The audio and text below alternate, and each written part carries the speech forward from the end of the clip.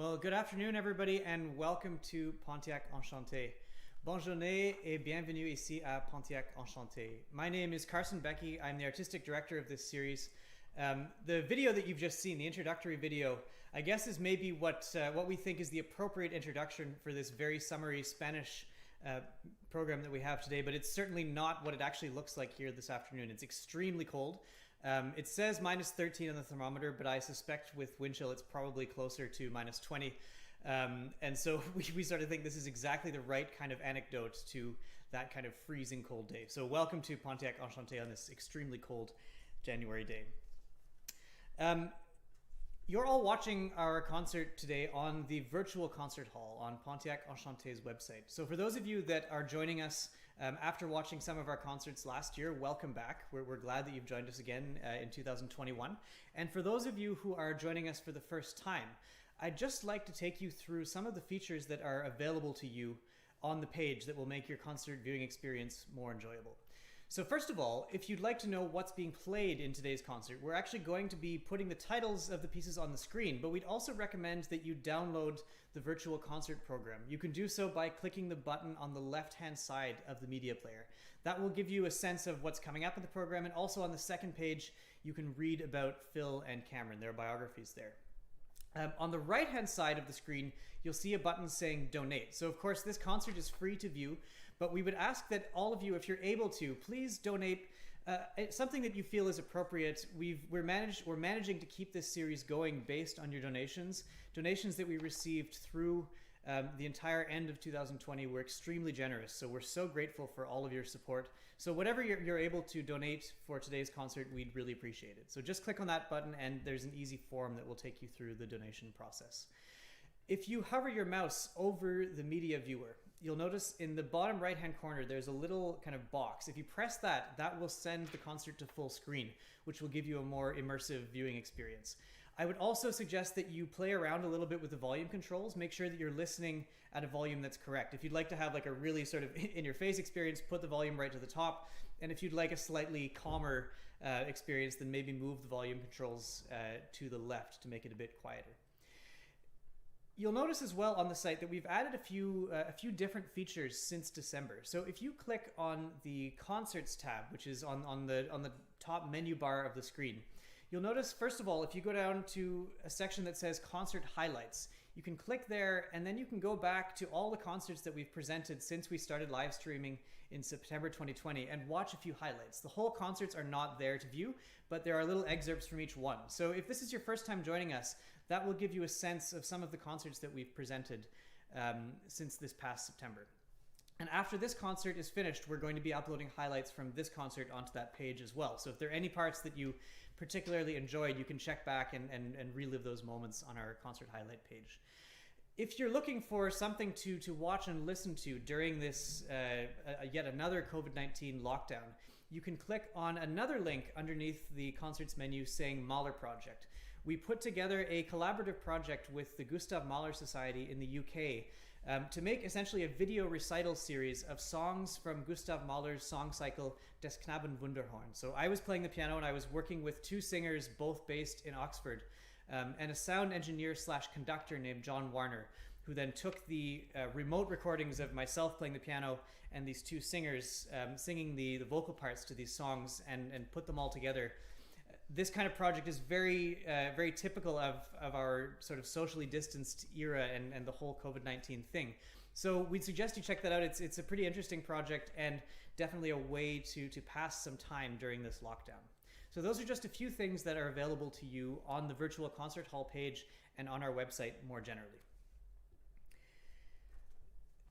In a normal concert, I would always thank our sponsors, but since we've started doing these live stream concerts, I have to say an even bigger thank you to everybody that sponsored the series through 2020 and into 2021. So back when the first COVID-19 lockdowns hit in March, I got in touch with all of our sponsors and just said to them, we don't really know what's going to be possible. We have no idea how long this is going to go on for. With hindsight now, we know it's gone on for a very long time. And I was so grateful that every single one of our sponsors reaffirmed their support and just said, look, we don't know either, but we're happy to support the series, and we hope that you'll be able to figure something out. So thanks to their continued support, we've been able to buy the equipment that we need to put on these live stream shows and to make sure that we can keep going. So I just want to say a really special thank you to each one of our sponsors. I'd like to start with Miss Dasha Schenkman, who's joining us this afternoon from her home in London, England. So Dasha, welcome back to Pontiac Enchanté. This is, I guess, now is your fourth live concert that you've seen us broadcasting from your home. So despite the fact that you've not been able to make it here physically, I'm so grateful that you're able to interact with the series like this. And thank you so much for your support of the series. I'd now like to thank Miss Marg Campbell, who's watching from her home in Ottawa. Marg is, when we are able to do concerts in person, Marg is at every single show. She has a seat at the top of the stairs of our balcony, and she's just the greatest supporter to have. So Marg, thank you so much for your support and your continued support for these live streamed concerts. I'd also like to thank Mark, Deb, and Jenna Rondell at the RBC Rondell Wealth Management Group. Mark has been a supporter of the series since we started putting on concerts back in 2009. So I'd like to thank him, first of all, for his support for such a long time, and especially the continued support through COVID-19. I'd also like to thank Norton Rose Fulbright, who have been supporters for many years and continue their support. I'd like to thank the Desjardins Caisse Populaire Bank here in Luskville for their support.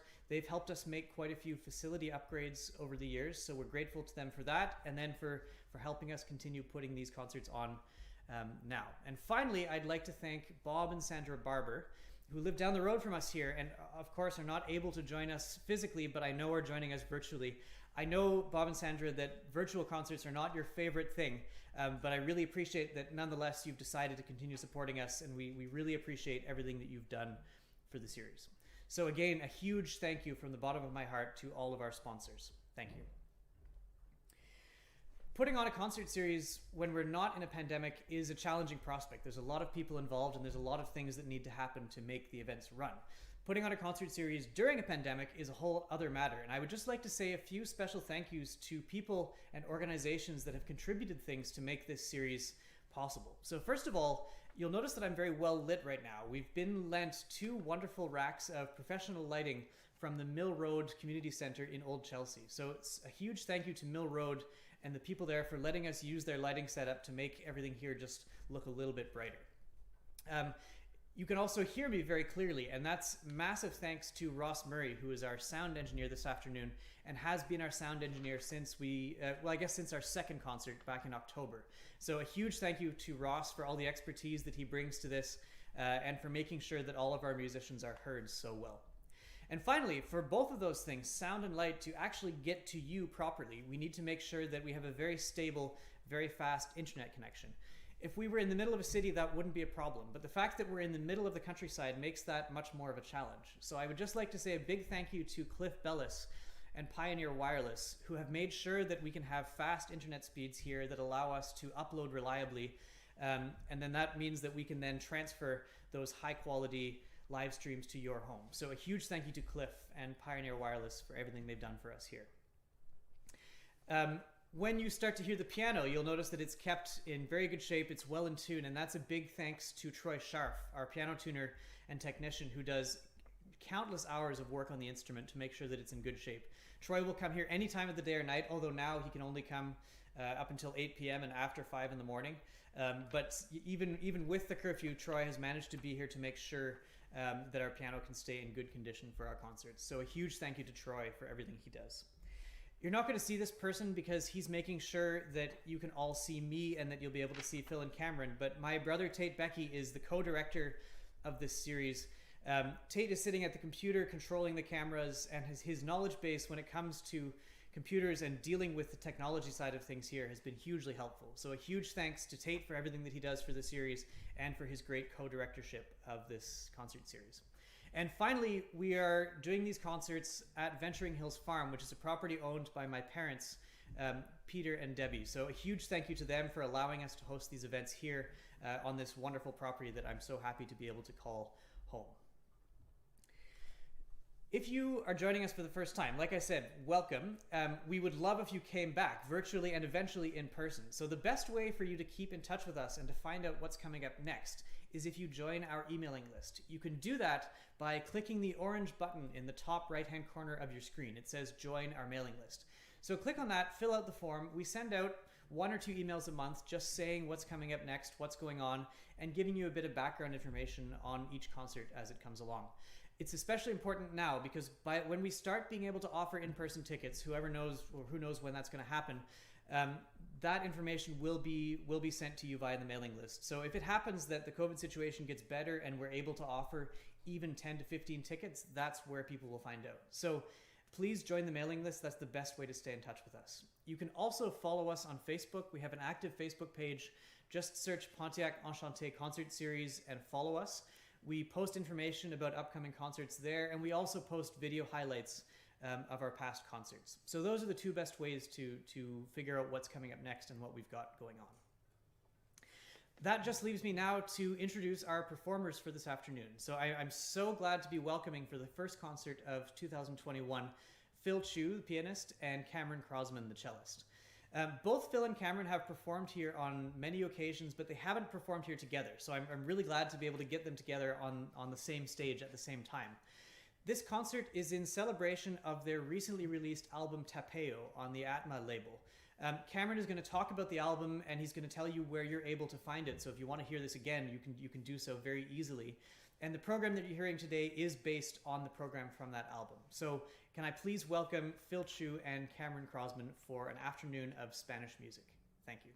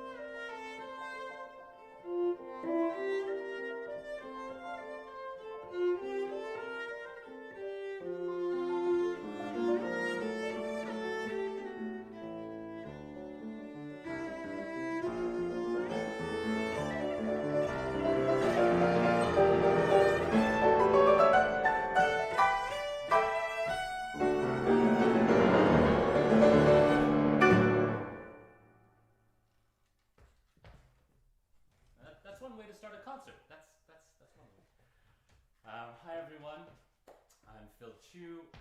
It's been, by my count, 119 days since I last saw you here, and some of you actually for real. This is back in September here at Pontiac Enchanté, where I had the chance to perform a small recital for online guests, but also actual, real human beings here in the hall. It was lovely. It was a sort of a moment for all of us to resurface before, well, darn it, we all had to go back home. And so, as always, we are all so grateful to Carson and Tate and the team here at Pontiac Enchanté for making it possible for artists to still perform and to perform live. You know, it's one thing to record stuff in advance, knowing that you'll hear them, and that's fun. You know, in Cameron and I, we've done some of them, we really enjoy it.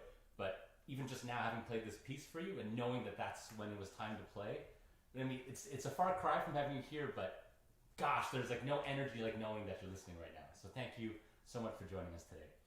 Since it has been, you know, only 119 days, I'm sure you heard enough of me then in September when I spoke about all the pieces. And so today, in celebration of our album launch, and because this is actually an album that is particularly close to my friend Cameron's heart, I'm going to leave most of the words for him today. So without further ado, here's Cameron. Hi everyone, thank you so much, Phil. And I echo all the thanks to Carson, Tate, and the team here. This has been my first sort of what I could call concert, as in not recording, as in there's people on the other side of this camera listening right now since last March, I figured out, of at least solo, of this sort of us playing together. So today's concert theme, you might have guessed it from the first piece, is the world of Spanish music. Because our CD that just came out named Tapeo is sort of this attempt at making musical tapas out of all this amazing Spanish colorful music of all different flavors. So you just heard a piece by the cellist and Spanish composer Gaspar Casado called Requiebros, which means compliments in Spanish. He actually wrote it for his teacher, the really well-known Pablo Casals, who is one of the great figures of music in Spain. And it's sort of, I thought it would be nice way to put us in the Spanish mood. We're going to continue on now with another very, very popular and famous piece of Spanish music. Definitely it was the one piece of music that I knew well before I sort of discovered everything else on the disc. This is a piece by Manuel de Falla. It's called Suite Populaire Espagnole. It's originally for voice and piano, but was transcribed pretty soon afterwards for violin and piano. And then, of course, us cellists, we like stealing stuff. That'll be a theme in this program, a lot of stolen music, but I think the cello adds something to all of it. So without further ado, this is Manuel de Falla's Suite Populaire Espagnole in 6 movements.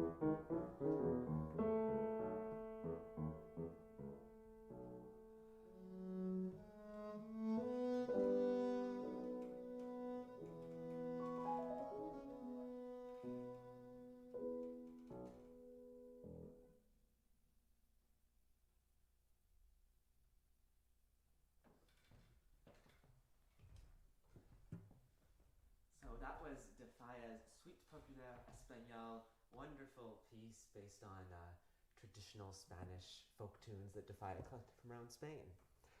So the inspiration for this album really actually came from this cello that I'm very lucky to play on. This is a cello owned by the Canada Council for the Arts Instrument Bank, and it actually comes from Spain. It was made in Barcelona around 1769 by a luthier named Johannes Giami. And that was sort of what started me down this whole path of discovering more about Spain and its culture, eventually discovering tapas and how much I loved that kind of cuisine, and Spanish wine as well, of course. And that sort of led to this album, the idea of it anyways, which I then pitched to Phil, and he was like, yeah, okay, why not, I guess. Something along those lines. Hopefully was I that's so what he was enthusiastic? Yeah, sure, okay, why not? Okay, fine. That's probably pretty accurate, actually. And yeah. I wasn't sure yet what music you were going to show. Exactly. Well, that was one of the things, is that it was this real process of finding music for this, just lots of short pieces, because there's like a lot of Spanish music is all these short pieces. So the question then becomes, which ones do you choose? And there was this really inconvenient fact that like none of them were for cello. So I was sort of stuck to start with. And I was looking through sort of the music by major Spanish composers, and I got to this guy, Isaac Albanese, who was really like the sort of first Spaniard to really go far into this idea of like, let's try to imitate Spanish flamenco guitar on the piano and things like that. And that's when I sort of decided that I would put aside the other arrangements of pieces that were made by him for cello and do my own of a piece by his that I really love, called Asturias, which is most well known on guitar, but was actually written for piano originally. And so I had a lot of fun doing my own arrangement of this for the album, and that's what we're going to play for you next. And then we're going to follow it right up by something a little bit calmer, by another one of Albanese's colleagues named Joaquin Turina. When Turina met Albanese basically said to him, he said, look, your composing is good, but if you made all of your stuff sound like Spanish flamenco, it would be even better. Paraphrasing a little bit. And so Torino really went into this world, and so that piece is from this suite he wrote called Las Musas de Andalucía, the Muses of Andalucía, which is, of course, the birthplace of flamenco, but it is a much more sort of laid-back, languorous version of the sounds of that part of Spain. I hope you enjoy.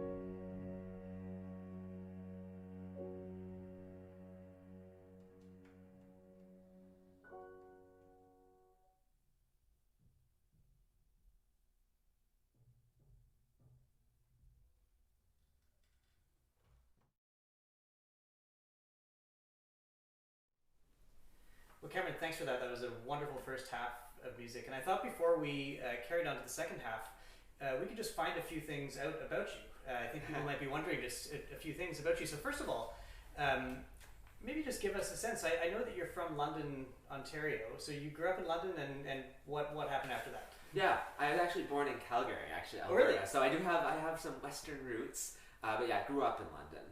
And then, sorry, now I forgot the question. Well, yeah. So who was your first teacher? When did you start playing the cello? Things like Right. Yeah. So I was already playing cello by the time I had moved to London, and then my main teacher while I was there was this man named Paul Pulford, who used to be in the Penderecki String Quartet, and who was really super influential. He's one of these people that I feel is sort of like like a music guru. Like whenever I feel like I'm having an existential crisis, I just go and ask him for advice, and he always knows what to say. And he's been fantastic. It's been nice keeping in touch. And yeah, so it was like I come from a family. Both my parents are musicians, so music was sort of always around. And yeah, just sort of found that was my passion, and then continued it afterwards by going to school in Paris, in France. Which leads me to my next question. But actually, before I ask that question, I should just tell viewers that this is a live studio interview, and one of our only guests watching behind the camera right now is my dog, Jerry. So if you hear him nodding or making barks in agreement, he's just enjoying this interview as well. So you went to study in Paris. That was where you did your undergraduate studies? Is that right? 6 years in Paris. Okay. So I did undergrad, master's, second master's, because undergrad there is only 2 years, because, you know. Right. France, I guess, right? And so then 2 master's artist diploma. I sort of did everything I could at the conservatory. Okay. And what drew you to Paris in the first place? Why did you decide to go over there? Right, yeah. So I went to school in French. So I spoke French already, and I think I was quite a bookish young person, and so I was reading some French literature, and I think I just sort of started getting this dream of Paris in my mind. I ended up meeting my teacher that I studied with at Orford, the summer festival where he taught in the summers. And one year he just sort of said, why don't you try out for the Paris Conservatory? And that was sort of, it became this real dream actually for me. It's like, oh man, it would be amazing to go to this school where people like Debussy and Ravel and Fauré studied. And of course the reality is never quite as dreamy as these visions you have when you're young, but it was still such an amazing place to be culturally, and just to have that experience of being in this one of the cultural capitals of the world in Europe, and just being able to go to the Louvre whenever I felt like it, or the Musée d'Orsay, and see the Monets. So I think it was all of that really drew me to Paris initially anyways, and then a lot of other things kept me there.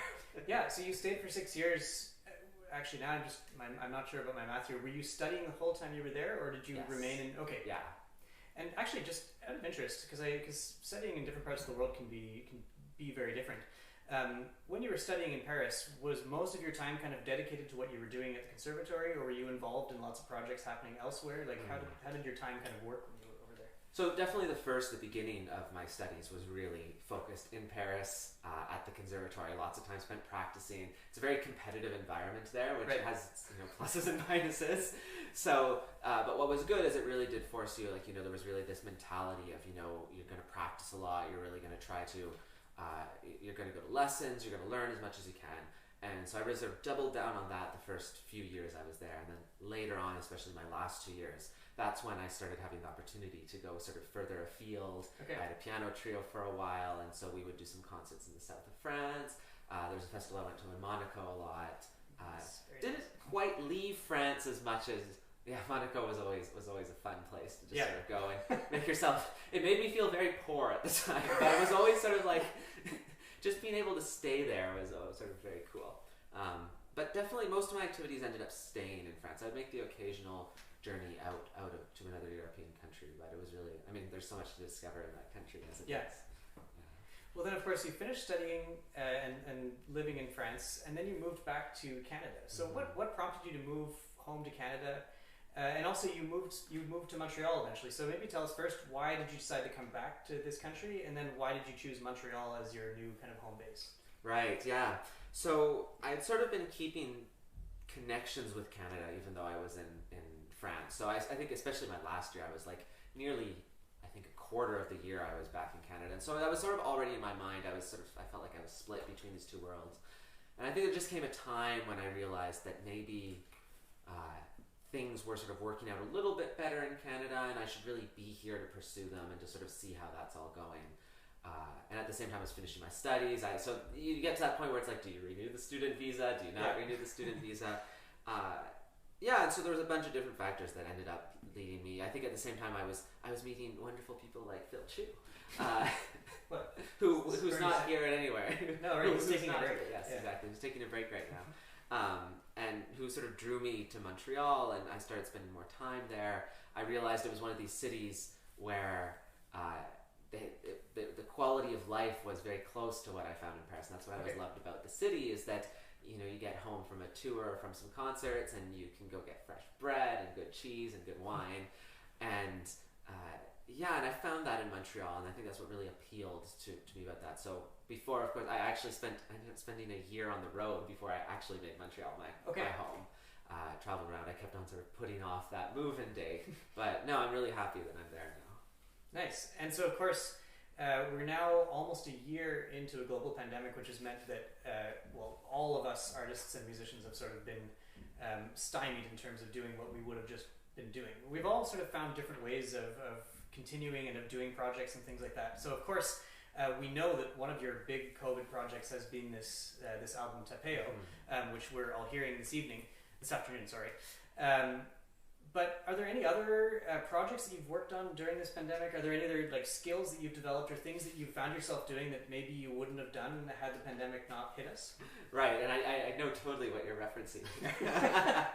So I think what the thing that's been maybe most significant for me, at least recently, was that back in October, when in Quebec we went sort of back into lockdown and the future prospects were very bleak, I decided I needed something just to feel like I was doing something every week, right?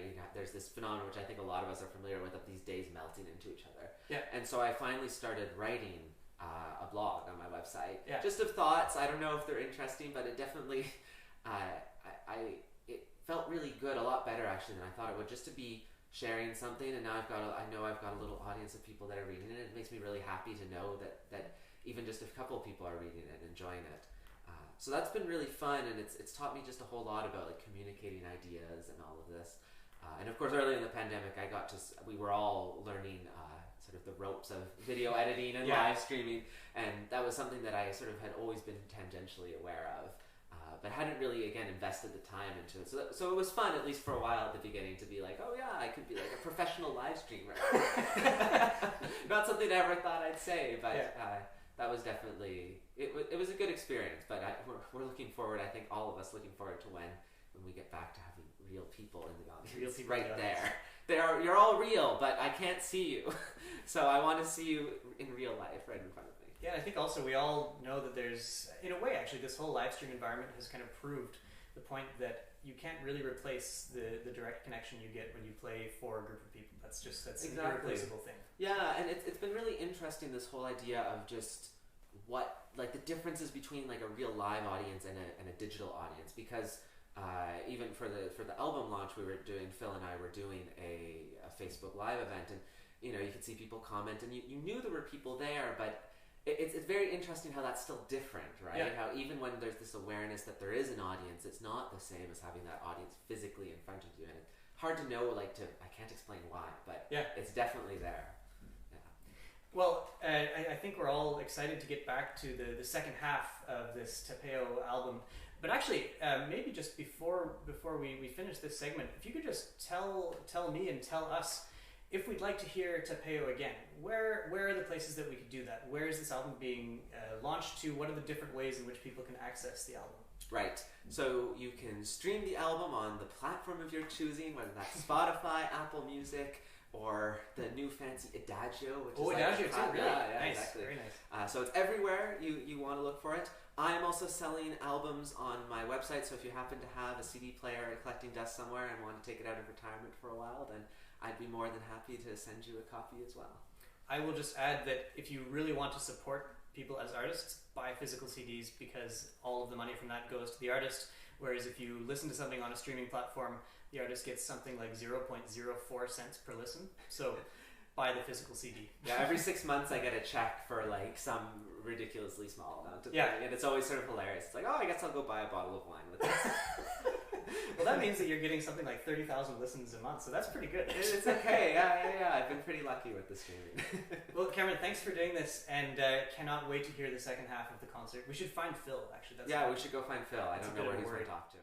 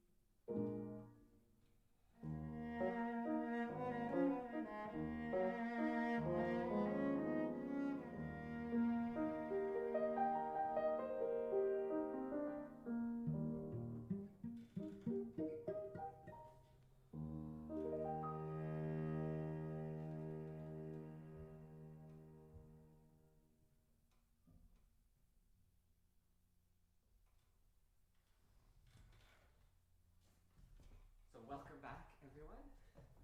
Hope you enjoyed the interview. We had a lot of fun with it.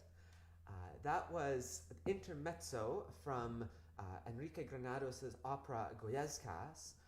Goyescas was one of the last pieces that Granados wrote, and it was actually supposed to be premiered in Paris, but World War I was going on during the time, which was a little bit of a problem. So instead, the premiere ended up happening at the Met in New York, and Granados actually traveled to New York for the occasion, even though he really did not like traveling, to attend the premiere. It was the first Spanish opera to ever be sung in Spanish at the Met, so a really monumental occasion. And so we're actually going to stay in America now for the next set of pieces. When I was putting together this album, I sort of felt like there's only so much Spanish music somehow that I felt like before it felt like there was going to be repetition of sounds and things. And I realized, going back to this idea of tapas, that that these key ingredients in Spanish cuisine, like tomatoes or potatoes, they didn't come from Spain. They came from the New World, and they were brought over. And so I thought, oh, wouldn't it be great to have a little bit of New World music as well, and to explore Hispanic culture a little bit more broadly. So the next three pieces are by three composers of Hispanic America. There's Manuel Ponce, who is Mexican, and then Alberto Ginastera, who was Argentinian, and finally Alberto Guerrero, another Alberto, who was born in Chile but actually lived most of his life in Toronto, a little Canadian connection. We actually really love the pieces in this little South American set, and we hope that you will as well. The first two are songs, and then the last one is actually one of the few pieces actually written for cello and piano on the program, and is one of our personal, Phil and I's favorite pieces. It's a particularly really nice piano part writing, I think it's fair to say. So hope you enjoy. A little taste of South America.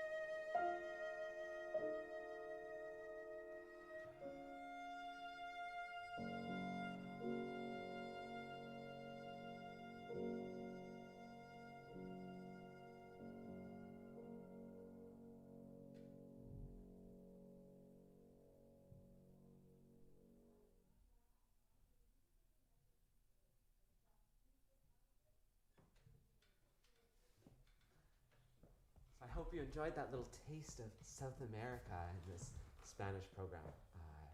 It really is so fun to play this music and just to have all these different characters. This is the first time we're actually playing this program all the way through, Phil and I. So That's true. so it's a whole new experience. So to round off the program today is a composer that maybe seems like he's out of place at first glance, who is Maurice Ravel, who we usually think of as this very French composer of the French Impressionism, along with like Debussy and Fauré. But actually Ravel was special because he had mixed heritage. His mom was from Madrid, and he was actually born only about 20 kilometers away from the Spanish border. So there's a lot of Ravel's music that has these Spanish flavors in it, and I think for him it really was an authentic part of his musical personality. So we have two pieces by Ravel to close out the program. One is called Pièce en forme de habanera, which was originally a vocal study, but like he sort of overachieved with this vocal study, honestly. It was just supposed to be a test piece for the Paris Conservatory, and he wrote this beautiful melodic sort of Spanish dream world kind of thing. And then finally ending off with another one of my favorite pieces on the program, a piece originally for piano from his suite Miroir. It's called Alborada del Gracioso. Alborada is a song for the morning, and del Gracioso is a sort of a jester in in the Spanish traditional theater. And so the joke is that it's this sort of fool trying to sing this morning song, and he sort of gets confused. It's almost like he was out partying the night before. In any case, thank you all so much for joining us today. Thank you so much to Carson, Tate, Pontiac, the team here. Ross Murray. Yes, Ross Murray, our fantastic sound engineer. Without him, you would hear nothing. You'd just see us, and that would be not nearly as interesting. And yeah, it's been a real pleasure to be back, sort of back playing a sort of concert. As close as we can. As close as we can right now, and we really hope that it won't be too much longer before we're able to all be in the same room together and enjoy music in person once again. So thank you again so much, and enjoy some Ravel.